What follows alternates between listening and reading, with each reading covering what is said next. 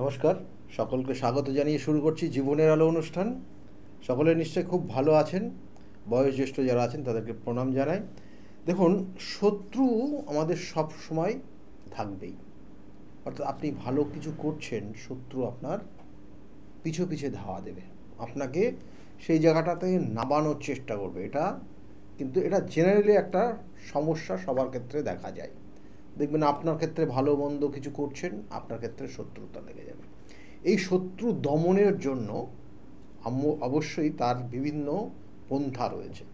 সেরকম দশমহাবিদ্যার কিন্তু এখানে প্রয়োগ রয়েছে, এবং সেই দশমহাবিদ্যার অষ্টম বিদ্যা হচ্ছে বগলা মায়ের প্রয়োগ।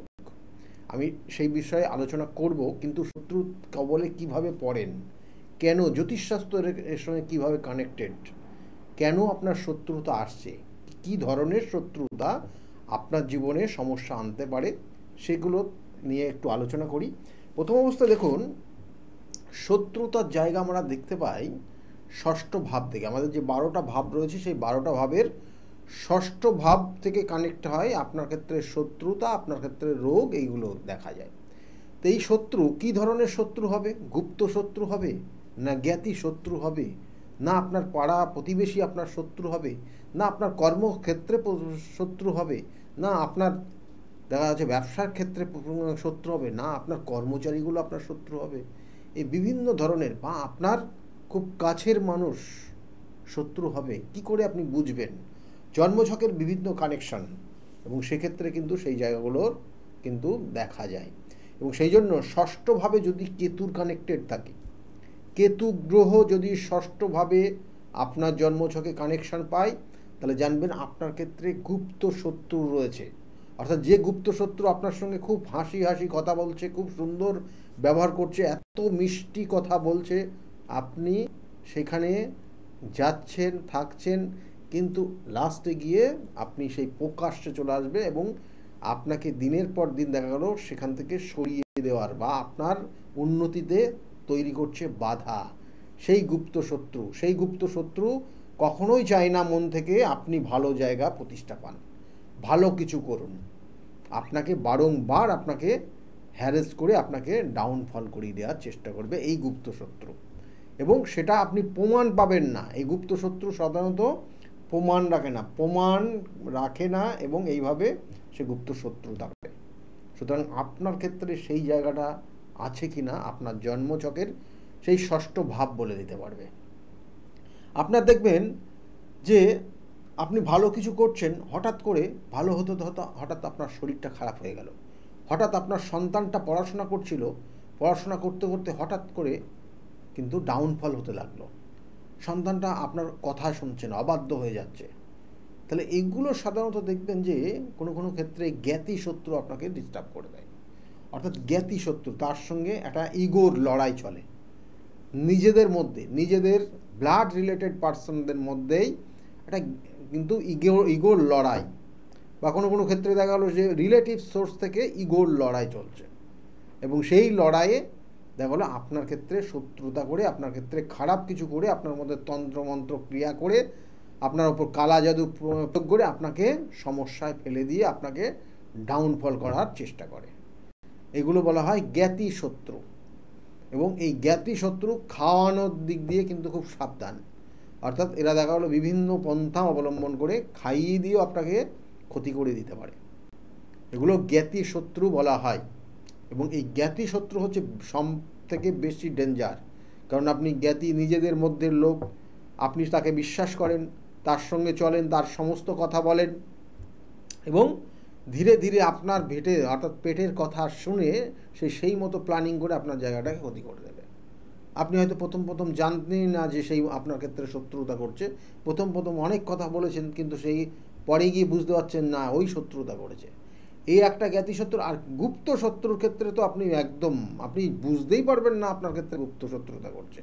সমস্ত পেটের কথাগুলো সে শুনে নেবে, শুনে নিয়ে ধীরে ধীরে আপনার উপর বিভিন্নভাবে মানসিক টর্চার থেকে আরম্ভ করে বিভিন্ন সমস্যায় ফেলে দেবে।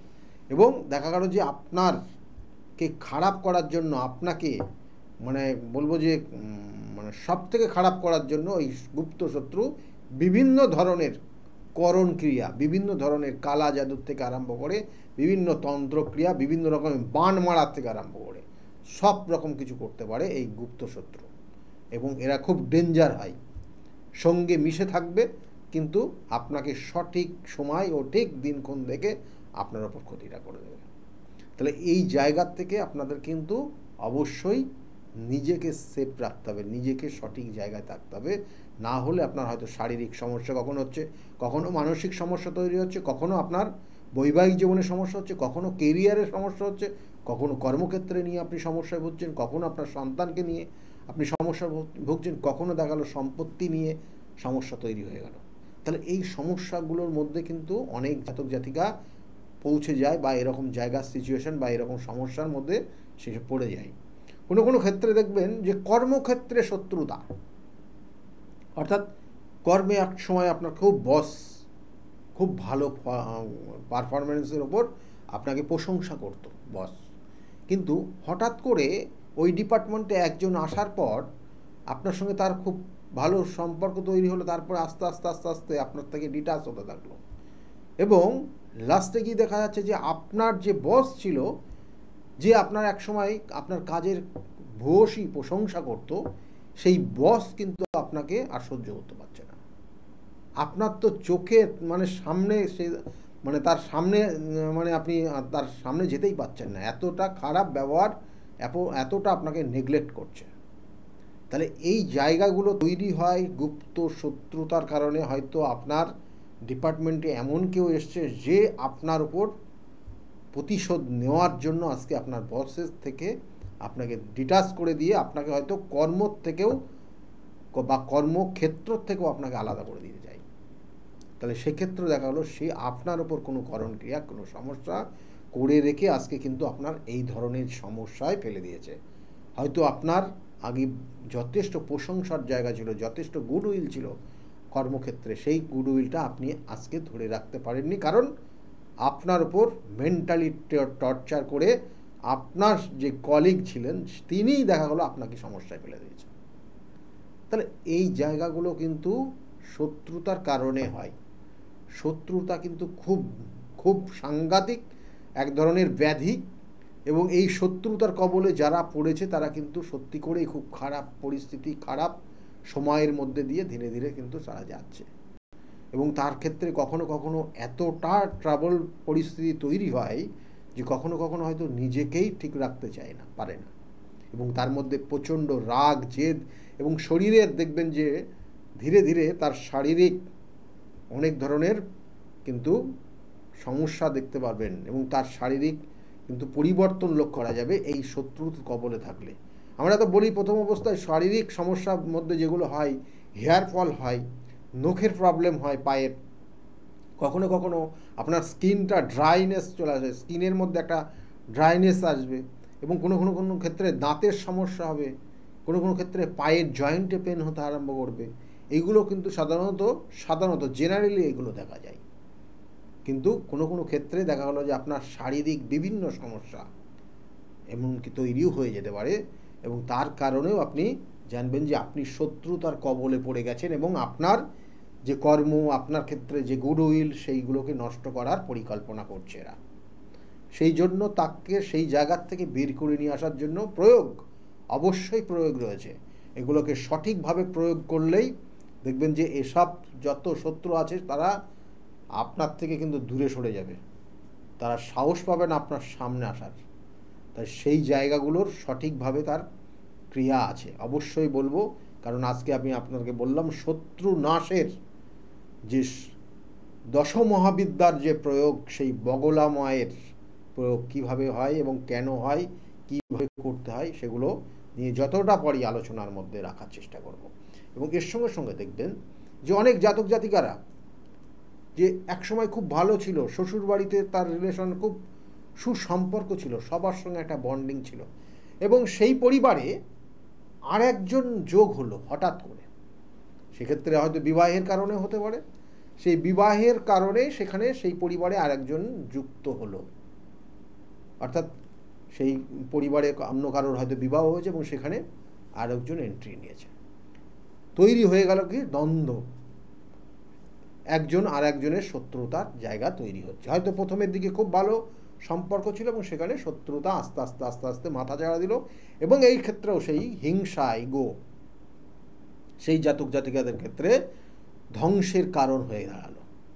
সেই জাতক জাতিকার বিভিন্ন খুঁত সেগুলো ধরে ধরে সেক্ষেত্রে দেখবেন যে শ্বশুর বাড়ির যারা রিলেটিভ শ্বশুরমশাই বা শাশুড়ি মা এদের কানে দিতে আরম্ভ করলো, এবং একটার পর একটা সমস্যা তৈরি হয়ে গেল।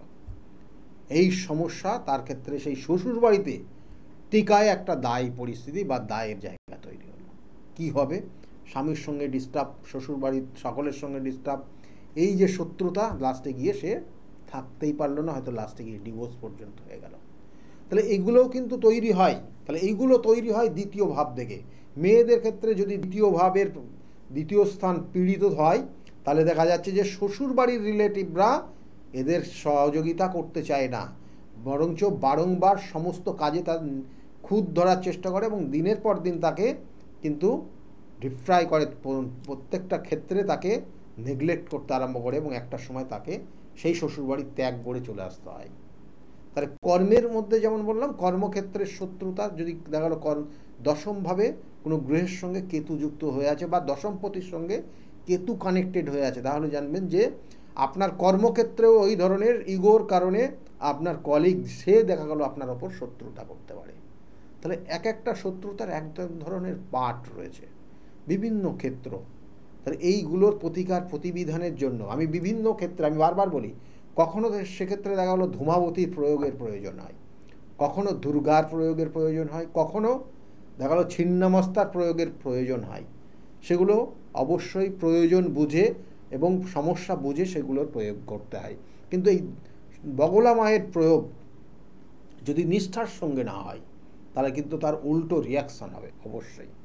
অর্থাৎ আপনি যার জন্য করতে যাচ্ছেন সে যদি নিষ্ঠার সঙ্গে, সে যদি সঠিক হয়, তাহলে কিন্তু তার প্রয়োগে অবশ্যই সেই জায়গা, সেই বাধার থেকে বেরিয়ে আসবেন। কারণ একটা জিনিস জানবেন যে আমরা প্রত্যেকেই, অর্থাৎ এখানে বলতে হচ্ছে যে ব্যক্তি অমঙ্গল বা ধ্বংস চেয়ে মায়ের কাছে প্রার্থনা করছেন, তিনিও কিন্তু সেই সন্তানেরই মাই হচ্ছেন কিন্তু ওই বগলা মা। আবার যাকে রক্ষা করবে বা যার উদ্দেশ্য নিয়ে আপনি করতে যাচ্ছেন, তারও কিন্তু মা হচ্ছেন সেই বগলা মা। অর্থাৎ দুজনেই কিন্তু তার সেই সন্তান ওই মায়েরই সন্তান। সুতরাং এখানে প্রয়োগ খুব নিষ্ঠার সঙ্গে করতে হয়। এবং এর সঙ্গে সঙ্গে বলা হচ্ছে মাতা বগলা মা অবশ্যই শত্রু, অর্থাৎ মহাশত্রু ঘাতিনী নিশ্চিত। কারণ তার মূর্তি দেখবেন যে তার এক হাতে উঁচিয়ে রয়েছে গদা, আর এক হাত দিয়ে তার কিন্তু শত্রু জিহ্বা টেনে ছিঁড়ে দিচ্ছে, তার মুখ স্তম্ভন করে দিচ্ছে, তার সমস্ত কথা, অর্থাৎ তার মধ্যে স্তম্ভন ক্রিয়া তৈরি হচ্ছে। তাহলে এই যে সিম্বলটা, এটা খুব গুরুত্বপূর্ণ সিম্বল, এবং এটাকে বলা হচ্ছে এই সিম্বলটা, অর্থাৎ এইখানে যে ক্রিয়াটা হয়, এই শত্রু হলো ব্যক্তির মনের ভিতরকার ক্রোধ, লোভ, কামনা, বাসনা এবং মদ। অর্থাৎ এখানে এক কথায় বলা হচ্ছে এই শত্রুতার কারণে কাম, ক্রোধ, লোভ এইগুলো কারণে একটা মানুষ খারাপের দিকে চলে যায়। বলা হচ্ছে পঞ্চ কর্মেন্দ্র এবং পঞ্চেন্দ্র, অর্থাৎ পঞ্চ জ্ঞানেন্দ্র মানুষকে যদি কোনো মানুষ যদি পঞ্চ জ্ঞানেন্দ্র এবং পঞ্চ জ্ঞানেন্দ্র এবং পঞ্চ কর্মেন্দ্রকে বশীভূত করতে পারে কোনো মানুষ, তাহলে তার জীবনের শত্রুতার জায়গা থেকে বেরিয়ে আসতে পারে। তাহলে এই ষড়রিপুর মতো শত্রুতাও সে বশীভূত করতে পারে। এবং সেই জন্য এই মহাবিদ্যার তাড়নায়, অর্থাৎ এই মহাবিদ্যাকে যদি আমরা সঠিকভাবে, অর্থাৎ এই যে বগলা মায়ের যে নির্দিষ্ট ক্রিয়া যদি আমরা সঠিকভাবে প্রয়োগ করতে পারি, নিষ্ঠার সঙ্গে করতে পারি, তাহলে আপনার যত বড় শত্রুই হোক না কেন, সেই শত্রুর থেকে আপনি কিন্তু বেরিয়ে আসতে পারবেন এবং আপনার চাওয়া পাওয়ার মধ্যে আপনি অবশ্যই সেই মিল খুঁজে পাবেন এবং আপনি আনন্দে থাকতে পারবেন। যদি মনে করেন যে আপনার সমস্যা আছে, যদি মনে করেন যোগাযোগ করবেন, অবশ্যই নিচের বুকিং নম্বরে ফোন করে নিন। সকলে ভালো থাকবেন, আগামী দিন প্রত্যেকের খুব ভালো যাবে।